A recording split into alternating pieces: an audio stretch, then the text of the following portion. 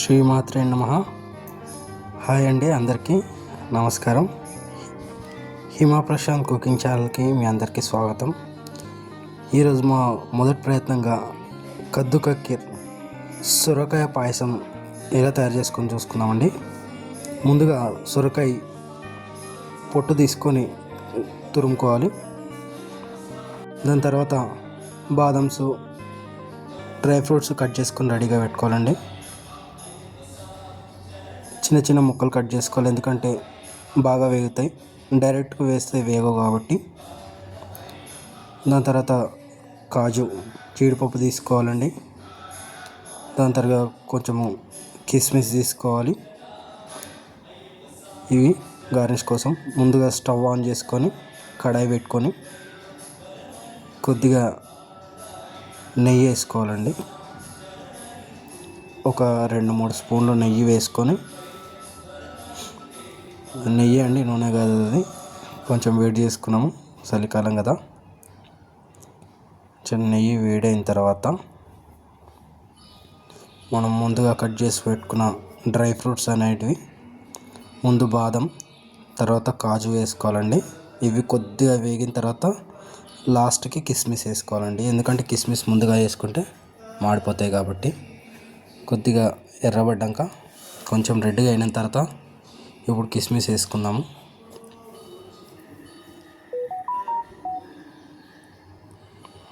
ఇప్పుడు కిస్మిస్ వేసుకొని, కిస్మిస్ కొంచెం పొంగిన తర్వాత కొద్దిగా కిస్మిస్ కొద్దిగా వేగిన తర్వాత, కొంచెం పొంగిన తర్వాత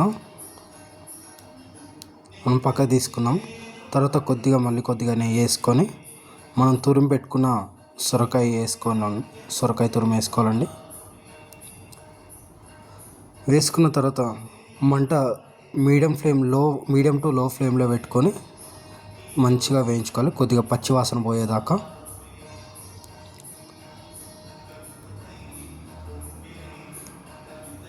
కొంచెం పచ్చివాసన పోయేదాకా నెమ్మదిగా నిదానంగా వేయించుకోవాలండి. ఈ స్టెప్ చాలా ఇంపార్టెంట్ అండి. ఇది సరిగా వేయించకపోతే కొద్దిగా పచ్చివాసన వస్తుంది. సో కొద్దిగా మంచిగా వేగిన తర్వాత చూడండి, ఆ నీరు అనేది ఇంకిపోయి కొద్దిగా మనకి థిక్ అవుతుందండి. అప్పుడు మనం మరగబెట్టుకున్న పాలు ఒక 3/4 లీటర్ దాకా దీంట్లో యాడ్ చేసుకోవాలండి.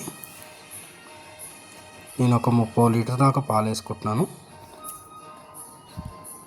సో ఇది మరిగేటప్పుడే ఒక 2 గ్లాసులు టీ తాగే గ్లాసులు ఉంటుంది చూడండి, దాంతో మెజర్మెంట్ తీసుకుంటున్నాను. ఒక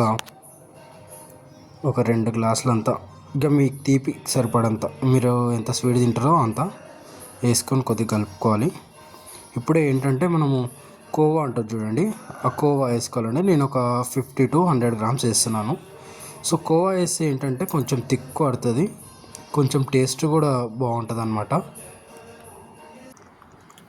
ఇప్పుడు కోవా యాడ్ చేసుకోవాలండి.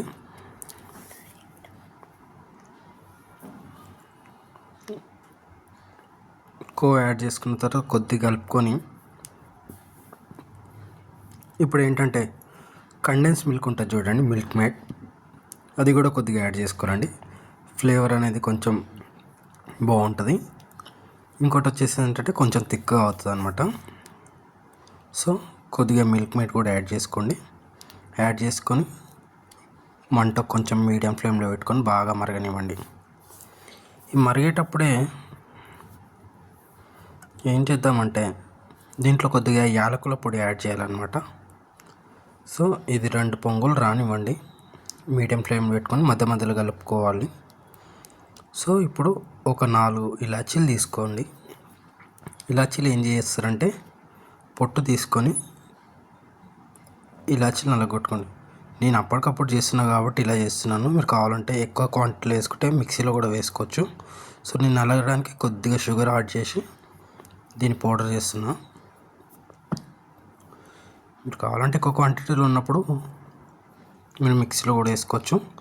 సో ఈ పౌడర్ని ఏం చేద్దామంటే ఇవి మరిగేటప్పుడు లాస్ట్లో ఎండింగ్ స్టేజ్ వచ్చినప్పుడు పౌడర్ యాడ్ చేసుకోవాలి.